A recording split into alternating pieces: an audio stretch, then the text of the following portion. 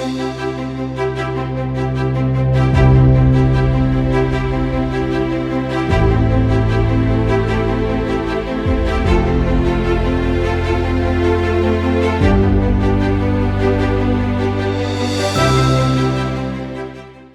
everyone, this is Rochelle Rizzi with Vrai Nord, and I'm here with Marisa Smith, Certified EOS Implementer and longtime friend and colleague of mine. I am so excited to bring her to you today because I know that she has a plethora of knowledge and experience, both as an entrepreneur, as a mother, and just this great human on earth. So welcome, Marisa. Thanks for having me on. So Marisa, I want to start with your entrepreneurial journey and talk to us about some of the biggest lessons learned because I know you. I think we've known each other for about a decade. I talk frequently with our audience about the Small Giants community, and that's where we met. And I just wanted to, actually, we were like at the very beginning, like the founding groupies. I think we were. Were you at that dinner at the Roadhouse that I was at? Right no, after that? I think you did that right before. And okay. then we did like a mix and mingle down in Ann Arbor where tried to grab some people. Yeah, and I can't even quite remember how it all came together. But Bo Burlingham is our like grandfather of pulling all these great people together from the Small Giants book. Yeah. So since then, and at that time you had a marketing agency. Talk to us a little bit about how that came to be, because I know there's some little threads in there of trying to find your sweet spot, as well as partnerships and not partnerships and all of that I think many of us can relate to. Yeah, for sure. So I had a bit of a circuitous route to being an entrepreneur. So, at the when I was younger, being an entrepreneur wasn't a thing that people talked about, right? In our generation, people started businesses, but being an entrepreneur wasn't something that you could train for necessarily, or that people aspired to be.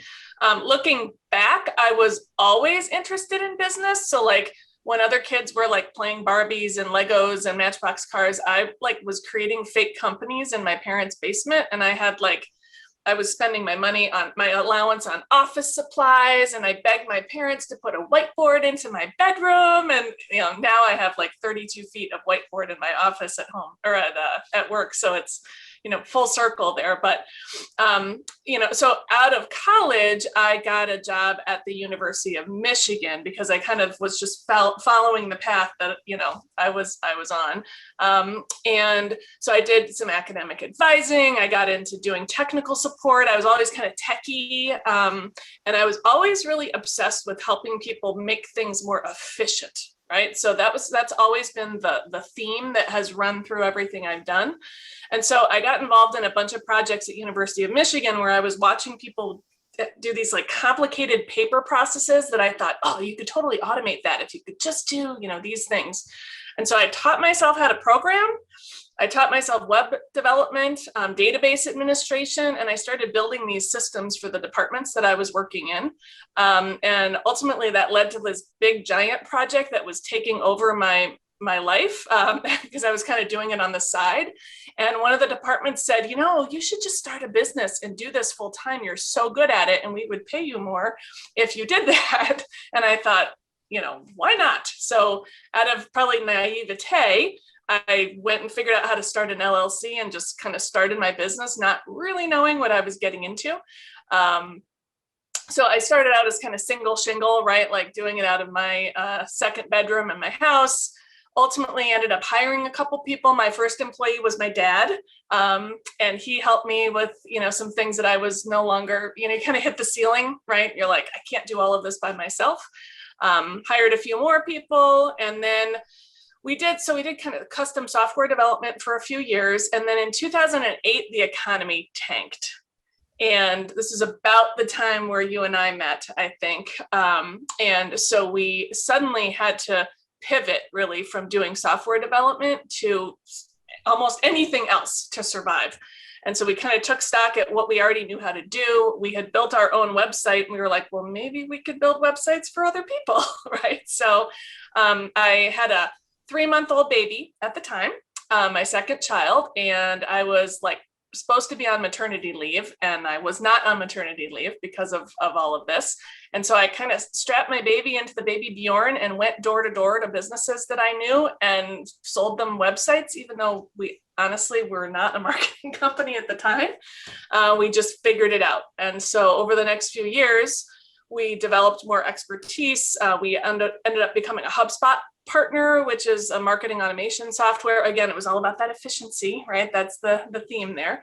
And ultimately grew that company so that we had about between 10 and 12 employees by about 2012, 2013. And so you and I met somewhere in there, right? I think it was like 2009, maybe, because I think my baby was still a baby then. So let's see. So that was, I was kind of hitting the ceiling again. So I would say if I look back on it, I was an accidental entrepreneur a couple of times, right? I kind of accidentally started my business. I accidentally started owning a marketing company, right? Out of survival. And so, around 2012, 2013, I kind of hit this wall and I was like, what am I doing? I'm working like 60 hours a week. I own this marketing company. I never really, wanted to own a marketing company. I just have this thing. Like, is this really what I want, right? Like, what do I really want? And so again, at a Small Giants dinner, I was talking to some other entrepreneurs, and Rob Dubay said, you should read this book, Traction by Gino Wickman. It's a book about the entrepreneurial operating system. And he said it, really helped me reframe my business and kind of get a grip on it, right? He had also felt like his business was a little out of control. So I read that book and I was like, I'm like, this is what I've been looking for. And so we started to implement this system, the entrepreneurial operating system, in my business. It helped me get out of all the day-to-day of the business. I put a leadership team in place and I, kind of got myself out of the day-to-day, and ultimately ended up falling in love with EOS itself, the entrepreneurial operating system. And I decided to become an EOS implementer in about 2016. And so I got out of my marketing company. I still own it. I just don't work in the day-to-day of that business. And now I'm a full-time EOS implementer, and I help other businesses put EOS in place in their companies so they can get what they want from their businesses. So, yeah.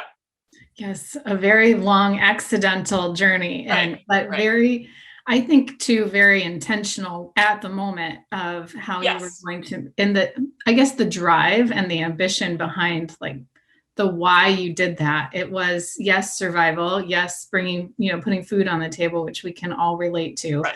But there was a spark in you to be successful and make this work, which is why I think you've been able to attract the right people to work with you, and let go of the wrong people, like really know what's going to serve you as the owner, and the team in the end. So can you talk a little bit about your, like when you had a partner come in and that relationship ended? Can you talk a little bit, even in general terms, of where you felt like the meat wasn't there, like to make everything come together? Yeah, it's interesting because, entrepreneurship is exciting, but it's lonely, right? And so, part of why I partnered with the person that I partnered with back in 2007 was because I was on my own and I had kind of built this business around me. It kind of revolved around me. It wasn't intentional that way. That's just kind of how it had evolved. And I wanted to have another baby, and I wanted to be able to, to have more freedom and flexibility. And I thought that the only way to do that was to have a partner. So I took a partner on, but honestly, we didn't do enough work around making sure we were aligned on our long-term vision for the company, right? So we liked each other. We had worked well together on some previous projects. And so we kind of jumped in, like got married after dating for a month kind of thing, versus like living together first and making sure that we were really good together. So, the challenge that I ran into ultimately was that we kind of both wanted to be in the same role in the company. and our company wasn't big enough to support that, right? We both kind of wanted to be the visionary of the organization, and nobody really wanted to be the person that was managing the day-to-day of the business. And so I ended up getting stuck doing that because I can do it. I'm good at it, but I freaking hate it. And so, I landed in that role, and it just made me more and more unhappy. And so ultimately, when the economy tanked and all this other stuff kind of happened, we decided that was the right time to separate. It was painful at the time because I had this baby and the economy was tanking, and I was kind of freaking out about everything that was going on. But looking back, it was the right time, and it was the right thing to have done because we really weren't on the same page ultimately. Right. So, and not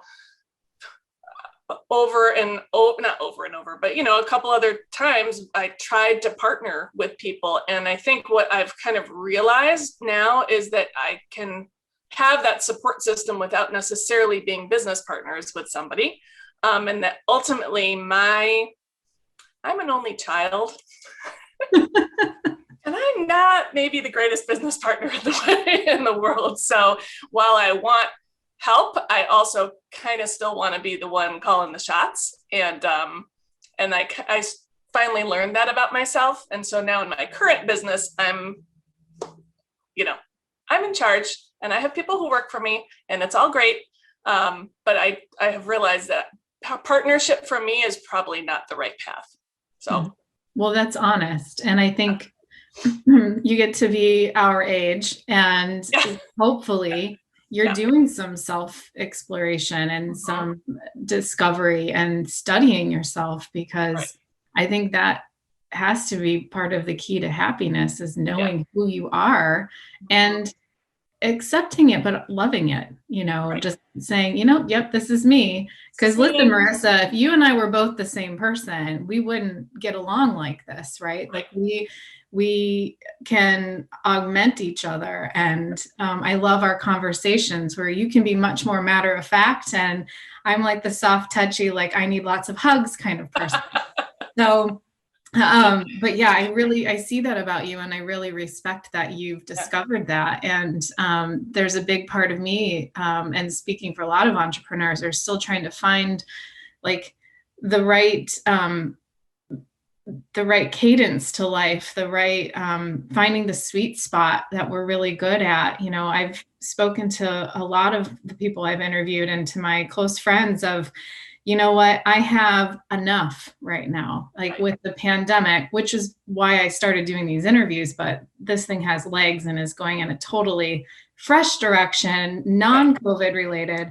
But the reality is we're all being yo-yoed a little bit right now. And, I'm finding the sweet spot of, I'm a writer, and I'm, trying to fine tune my journalistic skills. And, I just think that I really respect you for doing all that discovery along the way.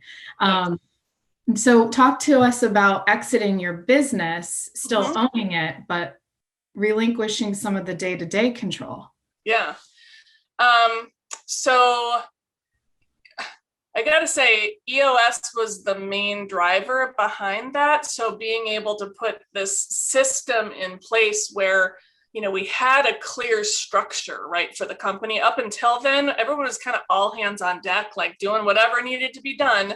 And so because of that, there was really a lack of clarity amongst the different team members about who should be doing what, and really about what our zone of genius was, what my zone of genius was. And so I like I said, I had ended up doing a lot of stuff that I was good at. I'm good at a lot of stuff, but I did not like a lot of those things. And when you're a smaller company and it's like 20% of your time doing stuff you don't like, you can kind of manage it. But as you grow, it becomes like 40, 50, 60, 70, 80% of your time is in the stuff that you're maybe good at, but you don't really like doing. And it was just sucking the life out of me. I was not having fun. I wasn't fun to be around. It just wasn't good.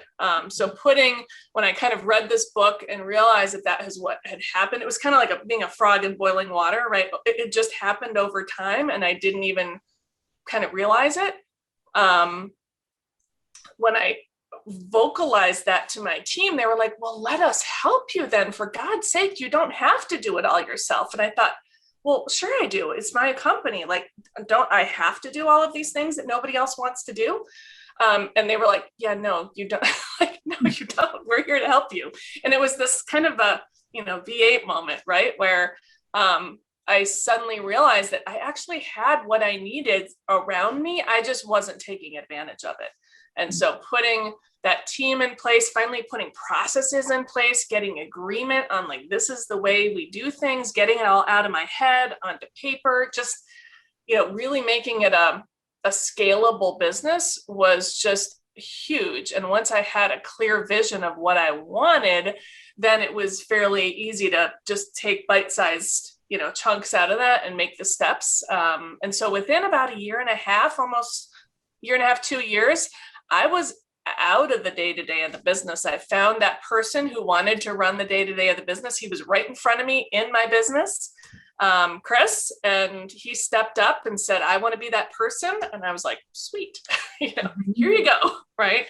Right. And he still runs the company day to day. He does an awesome job. He's totally built a great culture there. They've got a great team, and I have literally nothing to do with it. So nice. That's I talk to him once a month for an hour, and then he just goes and handles it. So wow, that's really incredible. Huge when I think back to like the 60 hours I was working, 5 years ago. So right. Yeah. So what you did was own how you were feeling. You allowed yourself to be vulnerable as a leader, and you empowered your team to feel some ownership. Right. And you're practicing open book management too, I believe. Yeah. So, not purely open book management, but we did become more transparent about the financials of the company. And that also helped everybody to have a sense of ownership. We started managing with a scorecard and making clear this is our annual revenue goal and here's our quarterly goals. And did we hit them and did we not hit them? And just by having people realize where things were and how they could contribute, that was huge as well. So there was just a series of changes that over time, just made a giant impact on the business and on me personally. So, yeah. That's fantastic. Yeah. Well, I'm really excited for where you are today. So talk to us more about EOS. I'm obviously a big fan. I've referred to many people. And you are like so good at it because you're passionate about it. And I learned it from you. I initially learned it from you when we were working together. Mm-hmm. I am not great at always putting it all together. And that's why people need a facilitator like yourself, an implementer. So talk to us about what it is and how somebody could get started with that. Sure. So, fundamentally, EOS was designed for small businesses, right? So companies that have like 10 to 250 employees. So, there's businesses that are a little smaller than that. Like we were 7 people when we started using it, but, it put the tools in place so that we could grow more easily. So fundamentally, it's for small businesses. It's built for entrepreneurial companies who don't want a ton of bureaucracy, right? And hierarchy and all this other stuff to slow them down, but you do need structure as you grow. And so Gino Wickman, who's the developer or the creator of EOS, he really designed this whole system with entrepreneurs in mind. He wanted it to be simple. He wanted it to be practical. He wanted it to be, easy to implement. And so fundamentally what EOS does is it helps the leaders first to get clear on what the vision is for the company, because if we're not in agreement on where we're going, it's really hard to make good decisions and act with the greater good in mind. So we get the leaders clear on what's the vision for the company and what's the plan to execute that vision. Then we work on traction, which is like focus, it's discipline, it's accountability, so that you're actually able to execute. Rainbows and unicorns vision is no good if you're not actually able to get that traction. And then healthy is the third part. So really, that open, honest, vulnerable that we just talked about, it's really important for teams to have healthy, cohesive, functional relationships. Because if they don't, then we're not talking about root cause issues that are causing the symptoms that we're experiencing. And so we really work to build team trust, to help people learn how to have open, honest, vulnerable conversations, to debate and discuss without getting, angry necessarily, and then move forward together to a solution that people agree on. So, conflict is good, but we just want it to be healthy conflict. Fundamentally, it's vision, it's traction, it's healthy, are those three things. And so what we do then is we work to implement a set of tools that help you with those three things. There's a model which is comprised of 6 key components. So businesses have, you got to be strong in vision, in people, in data, in solving issues, in having process, and then in gaining traction. And so there's tools that we teach that help strengthen all 6 of those components over time, and ultimately then kind of get the leaders going on it. Once they're strong, then we begin rolling it out to the rest of the company so that ultimately the whole company is running on this system. So, it gets people using a common language, a common set of tools, just kind of takes a lot of the complexity out of it. And so you're not, inventing it yourself. You're just using this proven system that has worked in other companies. And then you kind of frees you up to do what you want to do best. So. Yeah, it does. Yeah. And it keeps people very focused in meetings so that it's actually a productive use of your time. Exactly. Right. What are some of the major pain points you hear from other entrepreneurs or business owners that, or other executive leaders? I'm sure you work with all types, but what are you hearing from them that makes them call you? So there's kind of 5 frustrations that we tend to hear over and over again. One is kind of this feeling of a lack of control, right? So you feel like your business has a grip on you, but you don't have a grip on your business. And so, you're working crazy hours, people are calling you when you're on vacation. It's not what you really set out to do, right? There's a lot of frustration with the lack of profit too. We're not able to take money out of our businesses or have enough to invest in order to grow. People are ticking us off, right? Either our employees, our customers, our vendors, just they feel like they don't get it. There's also a feeling of like hitting the ceiling, right? So I talked about that earlier where, you want to get here, but you just can't figure out how to get there. You're banging on this ceiling and you cannot figure out how to break through no matter what you do. And then there's also kind of nothing's working, right? So you have systems in place that used to work, but now suddenly they're not working anymore, right? Or you've brought a consultant in or you put a new software product in or whatever, but it just isn't like sticking, right? And so, when you're sitting there, you just don't know what to do to break through. And so EOS can really help kind of get that control back, get those right people in the right seats, get clear on what the right structure is for the company, get everybody rowing in the same direction with that same vision, but process into place, like all of this stuff that you need to start to gain momentum again. Mm-hmm. So that's typically what people are frustrated with. I'll tell you, sometimes it's, you've been working this way for a really long time and you're starting to go like, I'm 40, right? Do I really want to work 60 hours a week forever?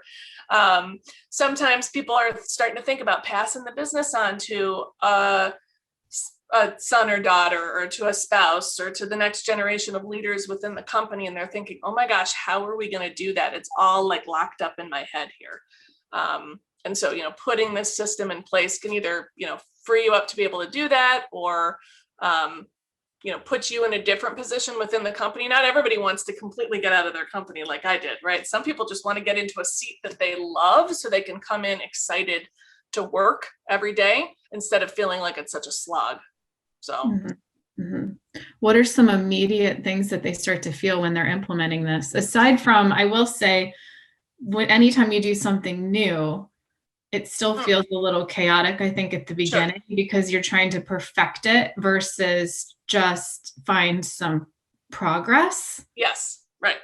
I frequently say progress, not perfection here, right? So, I mean, it's a 2-year journey typically. And so, entrepreneurs always want it right now, right? But we have to get into this mindset, like, this is going to take time. You're, like you said, you're building new habits, right? Just like when you start a new workout routine, you kind of, you feel really sore and you feel like you should have lost 30 pounds already. And it takes that repetition and, building those habits and change, if nothing changes, nothing changes. So you really do need to change things in your organization to start to see the change that you're looking for. Mm-hmm. There is sometimes a feeling of overwhelm when you first start the process, but ultimately, if you can stick to it and just kind of stay the course, follow the process, work, if you're working with an implementer, go to them for help and support. Ultimately what I see people start to get is just clarity, true clarity on what is it that I want from this business, getting the other leaders clear too on what their role is in achieving that vision. I see people gain confidence a lot too. So sometimes the first round of the vision is a little bit like, well, I'm afraid to dream for this because I've had dreams before and they've gotten crushed. So I'm just going to put a little stake in the ground right here, right? But then once they've actually started achieving some of their priorities and they hit their goals, they start to go, ooh, maybe I could dream a little bit bigger, And so my favorite time is when I'm getting into year 2 and year 3 with people, because they've really started to gain confidence. They've got some right people in the right seats. They're starting to feel a little more freedom. They're starting to let go a little bit. And you start to really see that momentum, and then they can really start to shoot for the stars. And so that part is exciting to me. So. Yeah, I like that. It gives you the structure. And I might have you talk quickly about the hierarchy there. The structure, the peace of mind that you've got the right people in place. It gives you the meeting agenda, and you have different levels of meetings that will share different levels of information. So you have the right confidants at the table for whatever the issues may be. Exactly. And metrics of success. You have a scoreboard and you're able to celebrate together. And all of those things, to me, are what helps build a healthy culture, where you can retain those great high achieving people and also identify where any weak points are for coaching or a soft exit. Yes. When you get that clarity on what's expected, like here's where we want to go and here's what we expect and all that, sometimes people go, you know what, now that I see where the company is going, this isn't for me. And sometimes they leave, and that's okay, because that gives you an opportunity then to bring somebody in who is super excited about where the company is going and wants to have that accountability and responsibility for whatever to get to the company to the next level. So it's always a little painful in the moment when it happens, but it's almost always ends up being better for the individual and for the organization as a whole.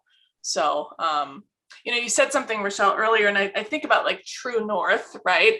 And the vision that gets created as part of this process really does become the true north for the organization. We define the core values, right? What are the things that how do we want this culture to manifest, inside the organization? What's our core focus? What are we going to be laser focused on as an organization? Where do we want to be in 10 years? What's our marketing strategy? There's these kind of timeless concepts that we work through as a team and get agreement on. And so when the pandemic hit, it was really fascinating to see how that benefited the organizations that I was working with and that other implementers were working with, because the world was kind of freaking out, right? And my clients freaked out momentarily. And then I said, well, okay, let's go back and look at the vision and let's see what needs to change now that there's this pandemic happening. And fundamentally, nothing needed to change, right? our core values weren't going to change because of the pandemic. Our core focus of the business, for the most part, didn't change. We still wanted to be in the same place 10 years from now. We're still marketing to the same people, right?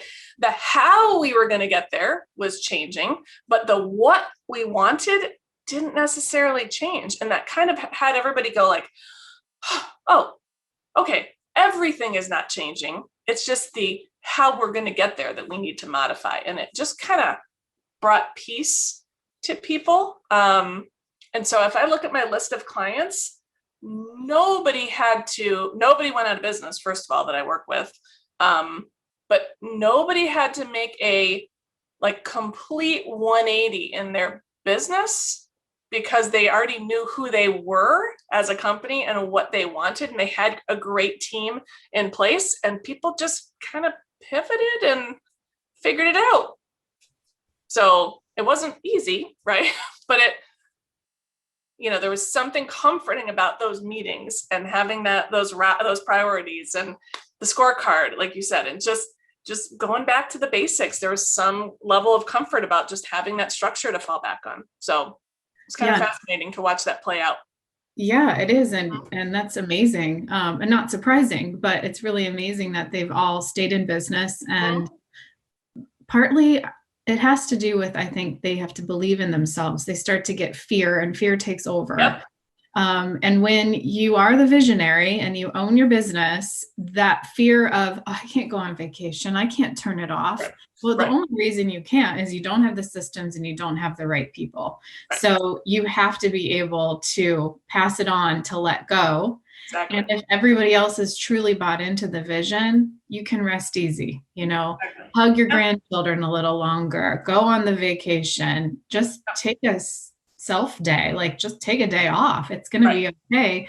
But we so quickly forget the grand scheme of things. And I think the grand scheme of life for me is what really matters, time is the greatest gift. And if we can't give that to the ones that we love, what's the point? Exactly. What's the point of working so hard? And you're only passing that culture onto your team members, and then that's bleeding into their families, and so on and so on. So how can you be the change agent? So we have this concept in EOS called the EOS Life, which I love. And ultimately what we're trying to help people do is, do what you love with people you love, be appropriately compensated, right? Make a huge impact in the world, whatever that impact is that you want to make, and then have time to pursue other passions. So those are kind of the 5 things. And if we can get leaders in the company to do those things, like you said, it starts to bleed into the rest of the organization, and if they're all over the world, there are companies who are trying to live by those principles, it's just going to be such a better place to live, that's my rainbows and unicorns view of things, right? Yeah. It's like, it's just so cool to work with. I mean, I had a client, this always comes back to me, the very first meeting I had with him, I always ask, like, what is it that you want from your business that you're not getting right now? Right. And he said, a vacation. Right. And I said, well, tell me about that. He's like, I literally have not been on vacation, like a true vacation, right, in like 20 years. And so we kind of talked through, like, why not? Like, what are all those things that are holding you back from doing that? And a lot of it was what you said, right people, right seats, process, all of that. So 2 years later, after we got all this stuff put in place, he actually did go on a vacation to Italy with his wife for, I think it was 2 straight weeks. And he was like, it was the first time I went away where I wasn't worried that the company wouldn't be there when I got back, because they had, put all the things in place that you just talked about. So you just have to be intentional about it and step by step, put those things in place. So it takes work, but it does take work, because you never want to look back and regret that time has passed. Exactly. So, thank you, Marisa. You're changing lives. One EOS implementation at a time. Right. Well, luckily, there's a lot of us out there. There's like 420 EOS implementers now. So if we're all helping like 20 clients at a time will make a much bigger impact over time. So Yeah, that's yeah, great. Well, that's thanks the for goal. joining me today. Thanks for having me. It's been great to be here, and go live the EOS life now, Rochelle. Yes, go live the EOS life. I certainly will try. Thanks, Marisa. Thanks for having me.